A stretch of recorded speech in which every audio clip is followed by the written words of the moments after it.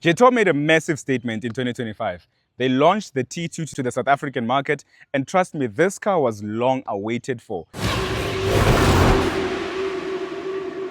I was in China with Jetour in 2024, and I remember when I first posted the Jetour T2 on my channel, how every one of you guys wanted that car to come to South Africa. Now, there is no denying the fact that this car does look like a Defender, but at a fraction of the cost. This Odyssey model right here will cost you 680,000 Rand. Now for that, you're getting a 2-liter turbocharged petrol engine with 180 kilowatts as well as 375 Newton meters of torque. It sends power primarily to the front wheels, but you can also, depending on your drive mode and whatever you select, send power to all the wheels via the XWD system that Jetour employs. It's got a 7-speed dual-clutch transmission, and guys, I'm really, really impressed. I mean, you've seen the video that I've posted already on my YouTube channel of us, of us tackling Henop's hiking trail, Henop's off-road trail, and this absolutely dismantled all the cars that were there, which are primarily off-roaders.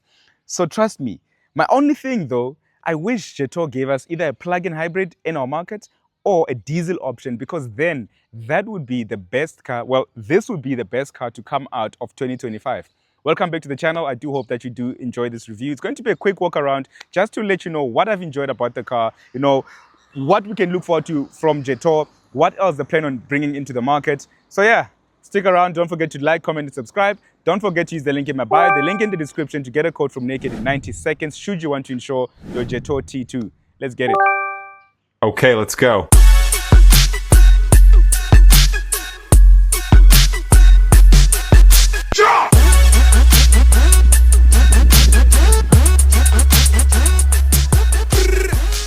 Now, Jetour has now finally cracked the top 10 positions in terms of automotive brands that are selling in South Africa, and that's a massive feat. And that's all thanks to this T2. I mean, when they first introduced them, almost 2,000 of them were sold in the first month. Right now, dealers are struggling to keep up with how many people want the T2s. And if you still see a T2 on your road right now, I see a lot of people still looking at me, geez, that looks really good. And I mean, rightfully so.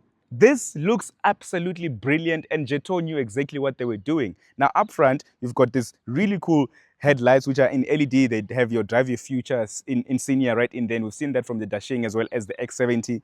You've got some fog lamps down here which are also LEDs, and then your bumper also has some, some parking sensors. These I have tried switching them on. I do know that in one of the Dark Warrior versions when I was in China, they were on, but I'm not sure if they're part of an off-road accessory that you can get as well.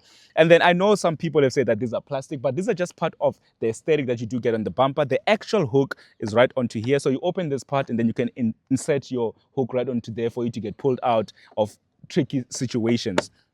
This Jetour will light up at night, but this is only reserved for this Odyssey as well as the Dark Knight trims. Otherwise, any other model will not have this lit up. But I do like the way that it lights up when the car is on. LED fog lamps, I've mentioned that. This bumper does look very nice and rugged, as it should be, considering that you will actually be doing some off-roading. Like I've mentioned, we did off-roading on this model as well. Some black cladding on here as well. This reflector lamp on here looks really nice. I like the fact that it actually strikes out a balance from this black cladding. These 19-inch alloys look really good, and these are available on this Odyssey trim as well as some all-terrain tires, which I believe that every model which is an adventure SUV or an adventure bakkie, whatever it is, needs to have all-terrain tires. You'll get more life in there and just, better off-roading as well. Got a big wing mirror on here with an indicator as well as a 360-degree camera. The cameras in here are brilliant. The graphics are absolutely amazing. The VW group could learn a thing or two from these Chinese brands. Then I see here there's a max 15 kilogram, and this is like a hook. I'm assuming you'll essentially have some things tied down to your roof, and this can support up to 15 kilograms as well. I do like the boxy look of this car a lot. The side steps look very sturdy, they feel sturdy, and they're permanently exposed. I mean, you know what I would do as an owner, and should I spec it to what I want it to look like, like a Defender, I'll have these kind of removed and flush out. I think that will work. No?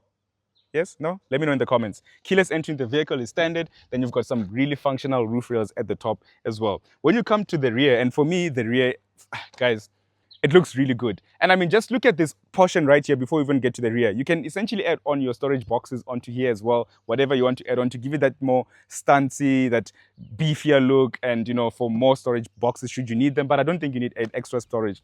You've got this vertically mounted taillights as well, and your reflector lamps down on here. And then here are some of those reflector lamps as well. And these obviously will work at night when somebody brights onto you. Rear mounted spare wheel with the camera right onto there. I've not tried to take this out, thank God. I'm not wanting to try that anytime. For you to open your tailgate, you press once, and then you pull. And then you are met with my favorite features, actually, right? 1, 2, drink holders. But that's not it.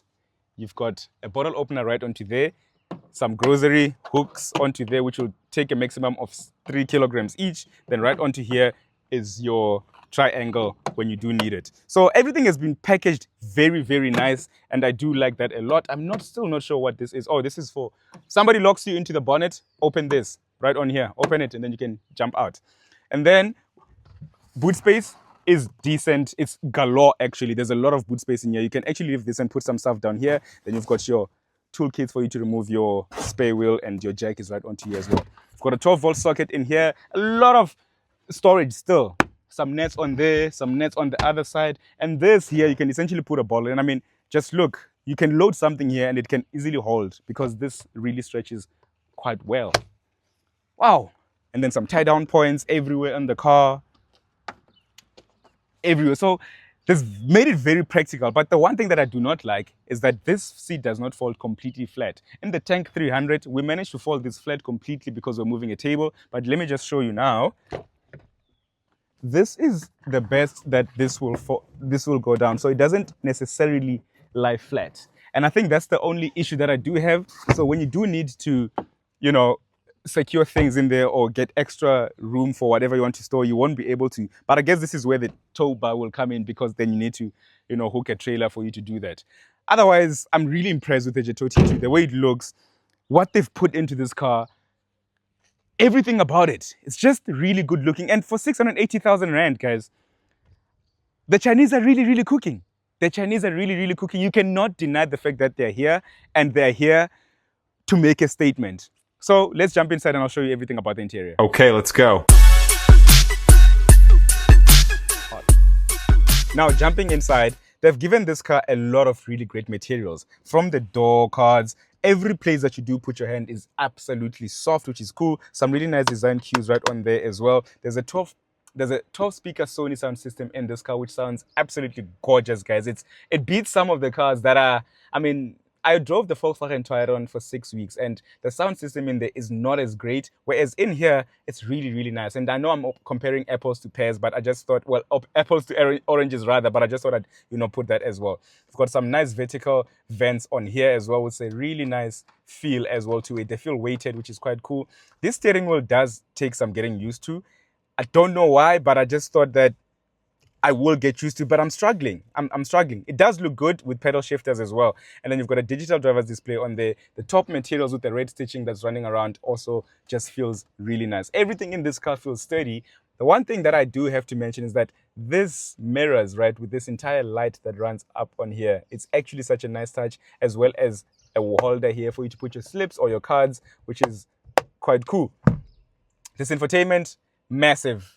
It's got a Snapdragon chip in it, and it's quite fast. It's not the best that I've seen in the game, but it's quite cool. You can do things like essentially opening your sunshade in here. Yes, there's a physical button for it, but you can essentially fully open, fully close, or half open it, your sunshade as well as your sunroof, and it will actually show the graphic on there. Let's just do half open. Well, it doesn't show the graphic, but it will open as well as you do that. So that is quite cool.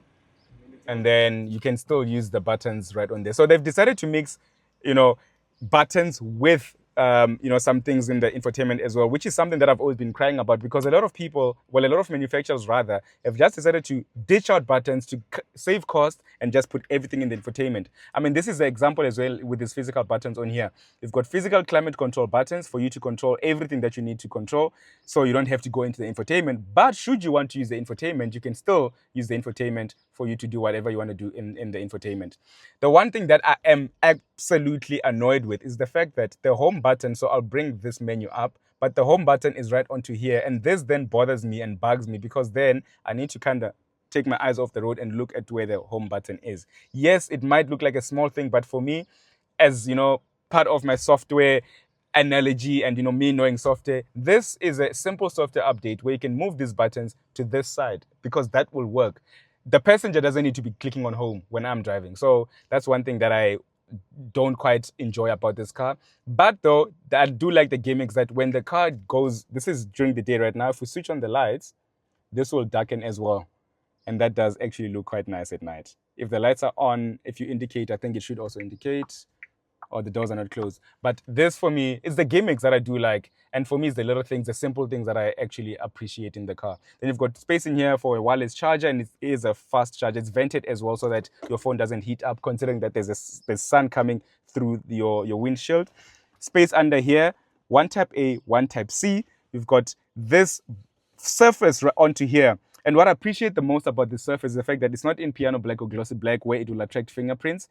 Your gear shifters on here with the Jetour logo, and I do know that a lot of people in South Africa don't quite know that this is actually the Jetour logo that's used in China. Some space and some graphics over here, and it seems like a trail somewhere. I don't know if it's maybe a trail in China, and then you've got a space on here for you to store your phone or some coins, and it's rubberized actually, so it doesn't rattle about, which is actually quite cool. Your cubby hole has decent space, and you can see the entire manual does fit in there as well. The seats are ventilated only, but they're perforated and they're very nice and soft, comfortable to sit in. As you can see as well here, you can actually adjust your headrest for you to, to fit us with small heads. And if you've got a big head, you don't have to do anything. Space in here, and this will act like a cooler box because it will work with the aircon to kind of cool your drinks in here. So if you have your aircon on cold, that will work as well. Your drive mode selector dial is right onto here, and it does some really cool graphics. So you've got normal mode, you've got sport mode, snow, mud, sand, rock, and eco. And then when you do press the X mode, then that essentially now goes into your off-roading mode, and you can actually now switch on your fans rather for the radiator, so that when you're off-roading, and obviously it knows that it's going to be heating up, working the gearbox a lot, it actually cools the gearbox fans that will cool that down. We found that out. Well, we had to find that out because when we had Henops, the gearbox did heat up a lot, but it was quite cool to know that Jetour has that option for you. I'm going to jump into the back seat and show you guys everything and the space that's in the rear, but also you do have some grab handles, which you've seen in the likes of the G-Wagons, and you do have these right here as well as in the rear seats as well. Really nice, comfortable interior. I don't want to lie to you guys. So let's jump into the rear and then we can take it further. But I do love the fact that everything in here is sturdy. It feels soft. It feels really good. Like it feels proud. And the one thing that I'll say, they give us so much. Why do you not give us a heads-up display? Or am I asking for too much now? Now, jumping into the rear seat, this is my driving position. You can see that knee space is absolutely decent. Head space is galore. You've got two pockets here for you to place your phones, as well as another one for you to place maybe a book. One type A over there as well as a type C, and some space here for you to store whatever you want to store. You've got two grab handles, so kids can essentially grab onto this door handle. Should you want to close it, it's easier for you to just grab onto that and close it, as well as this one for you to get out of the car. It's not a massive car, but I mean, the fact that they do have, these grab handles, which are actually shaped in the form of hooks. So when you do have some clothes that you want to hook on here, you can easily hook that as well, which I find quite, useful. Then over here, we've got a really soft armrest, and obviously you'll be placing your hand here, so every material has been made to be soft with two cup holders right in the middle there. Like, listen guys, I'm really impressed with the interior, the exterior. Now it's time to go for a drive, and then, we can see if they really cooked. Okay, let's go.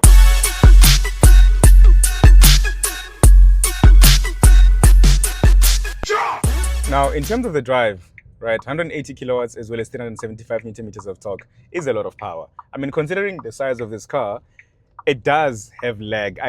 Like the lag for me and throttle mapping, I think something that not just Jetour needs to work on, but the entire Chinese manufacturers that are coming to the market. And I think this is why we've seen the rise of plug-in hybrids a lot, because that tends to sort out those issues quite easily, right? But once it does get going, whether you're in the city, whether you are on the highway, it does go. And I can't even complain about that. I mean, this is fairly a big car, right? And, you know, it's on all-terrain tires. The cabin noise is okay. Yes, you do get some, you know, road noise from the tires, but that's because it's mainly on all-terrain tires. So I can't even be complaining or crying about that as much. Fuel consumption, you know, that is where then it also becomes a bit iffy. I mean, 9.6 liters kilometers in the city, but when you do, you know, get onto the highway and open road, it does drop to as low as 8.3 liters per 100 kilometers. I saw those figures when I did drive the Dark Knight from Pietermaritzburg, from KZN rather, all the way back up to Joburg, and we got about 8.6, 8.7 liters per 100 kilometers. It's a comfortable drive. It has the standard McPherson strut, you know, suspension, so it does soak in a lot of bumps easily. You don't feel, you know, that when you do go over a pothole, you must be that type of behavior. There's no need for that because it, you know, it does what it's meant to do, and that's being an adventure SUV quite well. The gravel roads easily eats that up, easily, with no worry that you're going to pop a tire or you're going to lose it in any mode, because you can easily put onto sand or just get into X drive, and then it does what it's meant to do for you much easier as well. In the road, I mean, it's a champion. It's a champion. I mean, gets a lot of people's eyes looking as well. It drives really nice and comfortable. It's not wallowy as well, but I have felt at times on the highway, which is, I think, standard for any car, when you do move at extra speeds, that it is going to be wallowing around should you do any sudden steering wheel adjustments. The steering wheel is sharp. I mean, if you can see, slight, and it will turn. So that is something that you do want in a car. You don't want to turn and then only later for a car to respond to say that, okay, I'm actually turning right now. So I'm quite impressed with the Jetour T2. Yes, the fuel consumption numbers are going to be quite high, but we need to put into consideration that this is a big car. It is heavy. Should it have been a diesel model, I think then it would have been better in terms of, you know, providing you with less fuel consumption figures. I mean, we've seen even with the likes of the Tank 300, that also had a lot of fuel issues, considering that it was even an HEV, but it was still sipping quite, quite considerably high for that model. So should they bring in a plug-in hybrid version of this car, which they do say that maybe in 2026 we will be getting a plug-in hybrid, I do feel that a lot of the throttle response issues, fuel consumption issues are going to be resolved at an instance. Now, in terms of safety, you've got a lot of safety systems, and I've seen from every Chinese manufacturer ensuring that safety is paramount to all their cars. We've got a lot of ADAS systems that I'm going to be showing you guys on screen right now. But the nice thing is that you can switch them off. And once you do switch them off, guess what? They stay off. They stay off. You have to get back and actually switch them on rather, which for me is a nice thing, because I don't like intrusive driving where the steering wheel constantly keeps doing this, because also our roads are not marked clearly, and, you know, as opposed to the China markets and other markets where the roads are actually quite well. So good on them. Let me know what you guys want to watch else on the channel, what models I should be reviewing next. But thank you so much for watching this model. Don't forget to watch the ads, please. We're trying to get some money, guys. Hey, it's January now. Child must eat, I must eat, and I must pour fuel in these cars. So please don't skip the ads. And if you are subscribed, thank you so much. If you are not already and you've watched till this point, please don't forget to like, comment, and subscribe. Also use the link in my bio to get a code from Naked in under 90 seconds. As always, if you're in South Africa, don't forget to keep left and pass right. Up until next time, peace out.